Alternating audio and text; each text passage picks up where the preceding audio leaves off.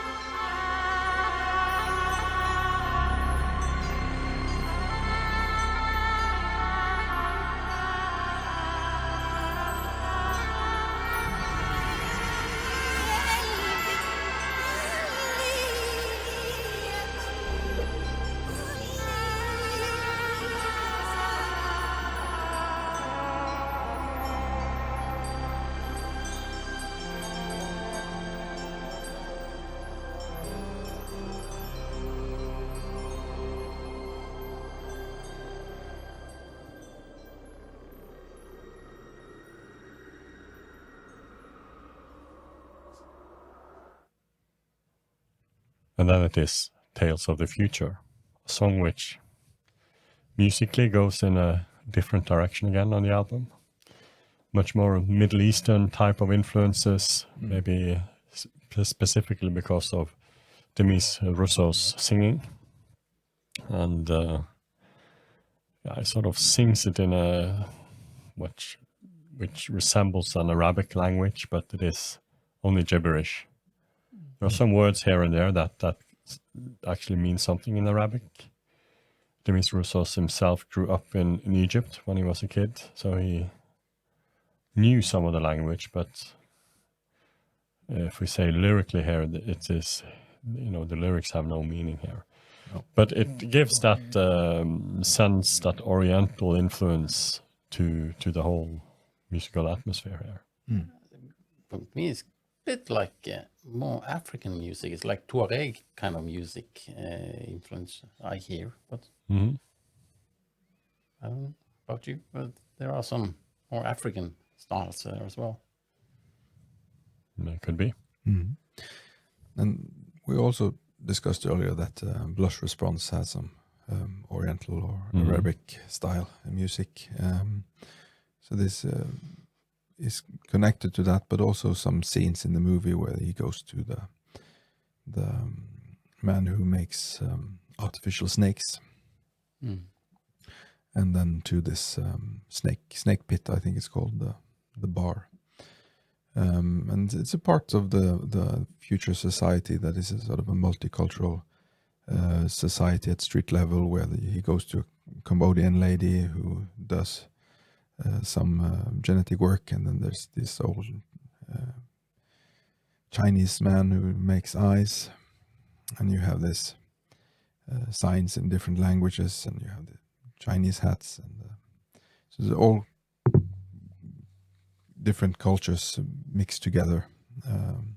So that is also something that the music conveys by doing things like this, and making it a made-up language also makes it more stranger to even a person who grew up in Egypt would, think that this is not Egyptian, but it's a tale of the future. Maybe this is where the sort of more like cyberpunk references comes in, where you have the mixing of all kinds of It is. Absolutely. Vangelis specifically also asked Demis Roussos to sing future and then sort of sing use the Middle Eastern noises, so to speak, in the vocals. Of course, Demis Roussos is an old friend of Vangelis. They had played in the band together since the late 60s and had been friends through the 70s. Although Demis Roussos was at this time known for quite soft pop songs, one could say. At least I associated with sort of Mediterranean type of holiday music from the 70s. Very Greek. And going from that to this, that's he sort of goes back to his progressive rock roots from Aphrodite's Child in a way. And it's very cool, actually, that he does that. It's almost hard to hear that it is him. It's more like a female voice, although he has a distinct voice, but it's hard to hear that it's him. Thinking while we heard it, do they put an effect on it to lighten up his voice a little bit here, or is it actually him singing? It could be him singing it, because I think he is a terrific, good singer. He is. Yeah, when I was 14 and heard this for the first time, I thought it was an old Arabic woman or something. Sounds like she's putting a curse on the future, because it goes from pretty quiet to more and more aggressive during the song. He really does an amazing job on the vocals here. And it's like a warning. Don't go to the future. It is, and it's also very creepy. I mean, I remember first time when I heard this song, I was a little bit uncomfortable listening to this track, because it gave me a creepy feeling. Hearing that voice, it's really an amazing voice. It's also used for creepiness in the movie. Mm-hmm. It's a frequently used track. It's only the main theme that is used more times, I think. You can hear it after around 25 minutes when Deckard is going through Leon's apartment in Hunterwasser Street with flashlights, and that's a creepy scene. And then around at 45 minutes when Deckard is searching the street market for info and speaking to this old Cambodian lady looking at the serial number. And she then directs him to the snake maker. And the last time is at this nightclub when he's in the dressing room of Sora, and she's taking a shower and he's sneaking around looking for clues in the dressing room. And this track runs smoothly into the next track on the album, Damask Rose, which sort of continues the Middle Eastern atmospheric theme. And yeah, let's just go ahead and listen to that track.